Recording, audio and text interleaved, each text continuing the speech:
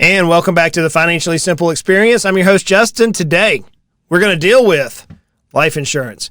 But I don't want to deal with it from the sense of, we need to have life insurance. I want to deal with it from the fact that more than likely you have too much life insurance.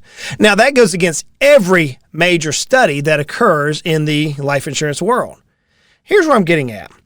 Oftentimes when clients engage our companies, to help them grow their net worth, however you want to say it, we want to get hyper efficient in our personal finances, or we want our business value to increase dramatically. We want to work on value growth or exit planning or business overall structuring, whatever it is.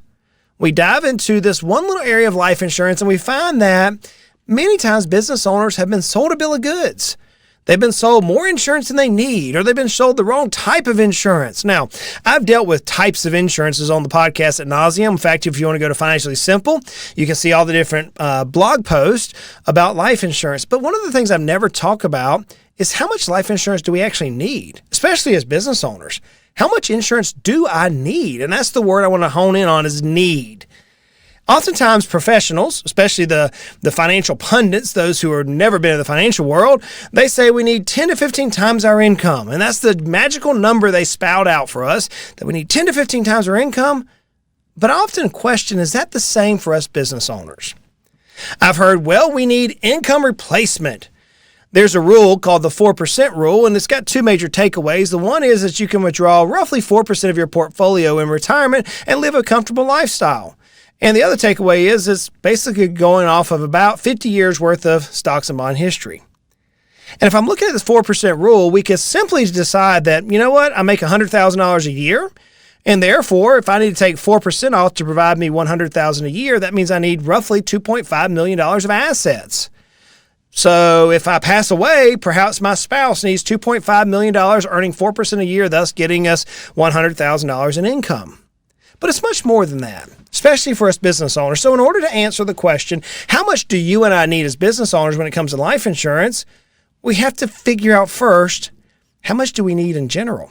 So we're going to divide this question into two different areas. We're first going to talk about our personal lives, just like every other person out in the world. And then we're going to put on our business owner hat and address the same question. If you dive into the life insurance world, and you're like, Justin, that's why we hire someone like you. Exactly. But nonetheless, if you want to dive into the world, you can run some simple calculations. So I did this. I said, it's probably going to cost about $15,000 for a funeral. You say, well, Justin, that seems awful high. Well, use whatever number you wanted to use there. I ran the scenario that I'm only going to try to cover 10 years because my youngest son is 9 years old. I need to get him to 19. At that point, poor Miss Emily, she can go out and fend for herself. Now, I would never do that, but some people believe that particular approach, and that's okay. I believe that I need to provide roughly $100,000 a year. I'm using that as an assumptive number that says, okay, I'm used to making $100,000 a year in income. Therefore, I want to continue that $100,000 a year in income for the next 10 years. And just for kicks and giggles, I have about $100,000 in investment accounts. Now, as you know, I have roughly 3 kids. Not roughly, I do have 3 kids. If you include all the cats, dogs, goats, chickens, and everything else, it may add up to a little bit more than that, but I have 3 kids, and, I'm kind of anticipating we're going to have to spend roughly $40,000 per child for college. Wow. A lot of different things to consider when you come to calculating your life insurance, and those are just assumptive numbers. My numbers are actually down below. We're going to talk through my personal numbers. But when I look at this, I say, okay, if I had $15,000 in burial, I need to provide $100,000 a year for the next 10 years. I roughly have $100,000 in investment accounts. I need to provide college for my 3 kids, roughly $40,000 each.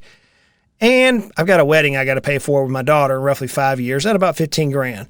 According to the calculator, I need roughly $1 million, give or take. It's actually $985,000 of life insurance coverage. Well, that doesn't make sense to me, especially if I'm calculating this 10 to 15 times income, as most of the financial pundits say. That if I'm making $100,000, I need between $1 million to $1.5 million. Okay, so I'm real close using a generic calculator. But here's where it gets kind of tricky. In my family's case, let's say I'm still going to spend $15,000 in burial costs, just if something happened to me. But now Miss Emily. Now, I'm not a person who believes that I'm going to take my wife who teaches our kids. In fact, I do not want her job. I do not want her job. If she listens to this, honey, I do not want your job.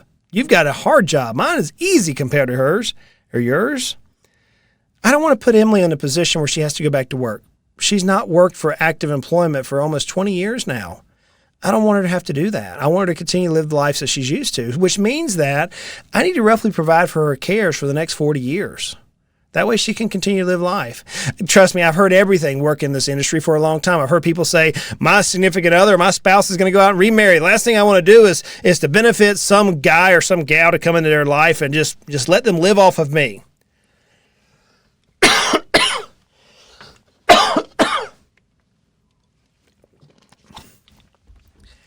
And I understand that. I do understand that. But in my family's case, I need to provide roughly 40 years. That's my goal. And I want to continue to provide my hypothetical $100,000 a year. Now, I still have the same $100,000 hypothetically saved back, but now instead of $40,000 per child, I need roughly $120,000, roughly $30,000 per year for each child to go to college. If I calculate that number out, wow, now all of a sudden I need $2.5 million of life insurance coverage. If that's you, and you're sitting here saying, my significant other stays at home, and my significant other, I don't want them to have a major life change, then this rule of 10 to 15 times our income perhaps won't work. Now, what happens now if we want to go in and roughly pay for a ton of debt? A ton of debt. One of the things that some of the financial pundits talk about is that if something happens, you want to make sure that your survivors have no debt to deal with. Okay, let's run that scenario. I still have to pay $15,000 for me to get put in the ground or cremated, however she wants to deal with it. I'm dead. She can have a party, and I hope she has sackcloth and ashes. I really hope she's weeping. She probably won't. She'll probably have a party. I'm joking, obviously. But I still need to cover roughly 40 years of Emily's income. And I currently hypothetically make roughly $100,000 a year. And I still have my $100,000 in investment accounts. And yes, I still have to provide for my kids to go to college. But now, I've got about $400,000 hypothetically in house and car debts that I want to pay for. In that scenario, I need $3 million of life insurance. $3 million of life insurance. I went to a really popular website out there in the internet world to actually calculate life insurance costs. And this calculator had, enter my current age, 42. It's going to cost me about $15,000 to get buried, roughly $350,000 to pay off the house and the credit cards. And I got about $100,000 set back in savings. And my annual income is roughly about $100,000. It says I need about $1.6 million in coverage. $1.6 million in coverage. So friends, I've just given you 4 different scenarios that you can range anywhere from $900,000 to almost $3 million in almost the identical scenarios. Nothing really changed. The income didn't move. The debt really didn't move. The only thing that moved was my assumptions. And it boils down to this. What do I want to do for my survivors? Do I want to continue to subsidize or provide their income for them as being I'm the main breadwinner? Maybe in your particular case, that's you. You say, hey, look, I'm the primary breadwinner. I want to continue to provide for my survivors' needs. I want to continue to subsidize my income as if it was still there so their lifestyle doesn't change much. Maybe that's you. Perhaps then you're going to end up with more life insurance. Here's the one thing that I can definitively tell you. The calculator is simple. You're going to take, in your particular world, figure out how much it's going to cost for the funeral.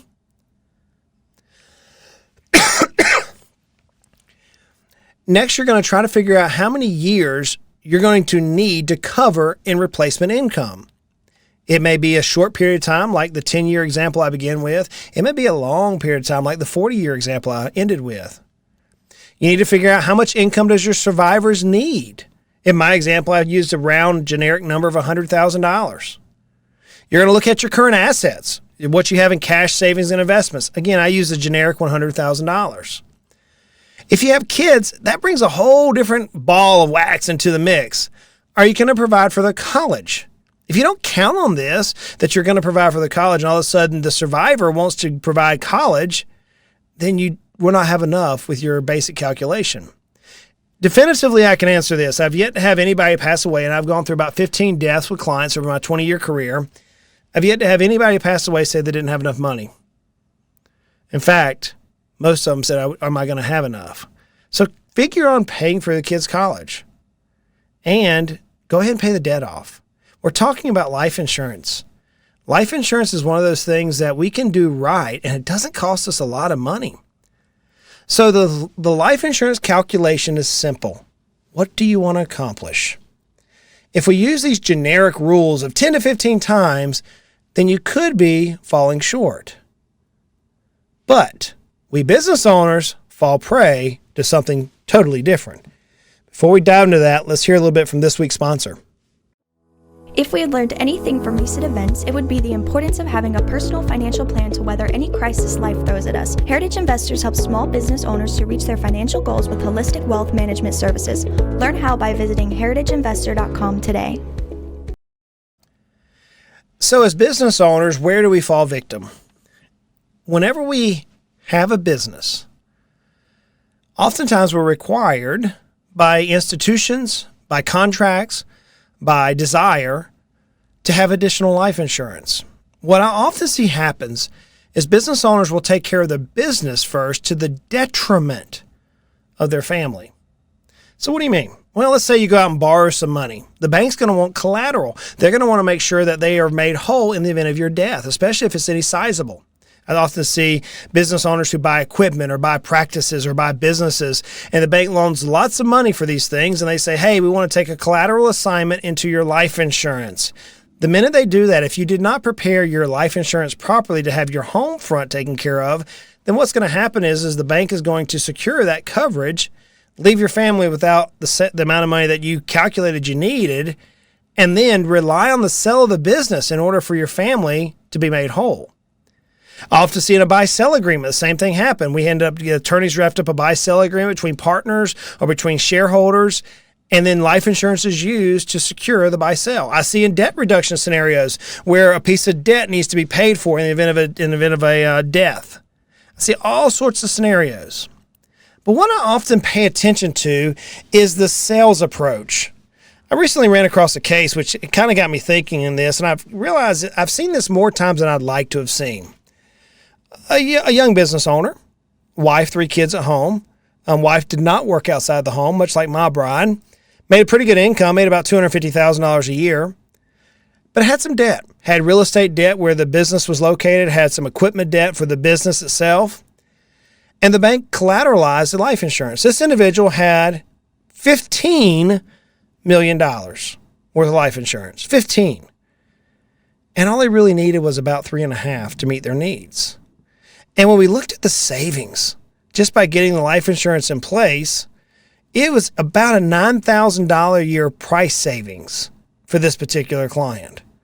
Amazing, if you really want to know the truth, that an insurance agent was able to convince the client to buy that much insurance. In fact, I thought it was almost fraudulent, the amount of money that was needed, or the amount of money that was purchased.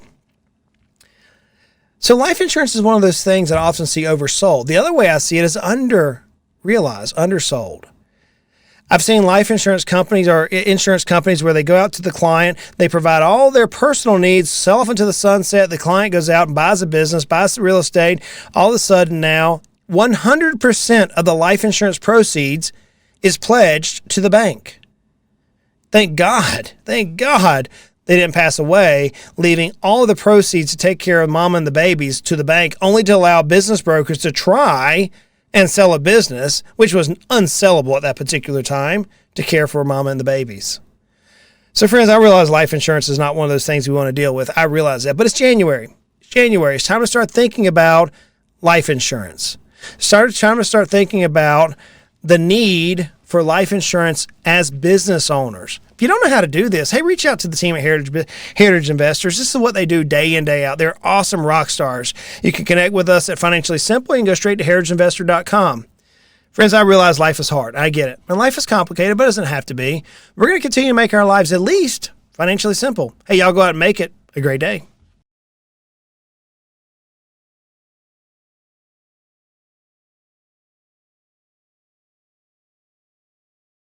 This tip is for informational purposes only. Please speak with a competent financial advisor regarding your specific needs. Justin Gilbreth is a registered investment advisor with Heritage Investors. Visit heritageinvestor.com, financiallysimple.com for additional information.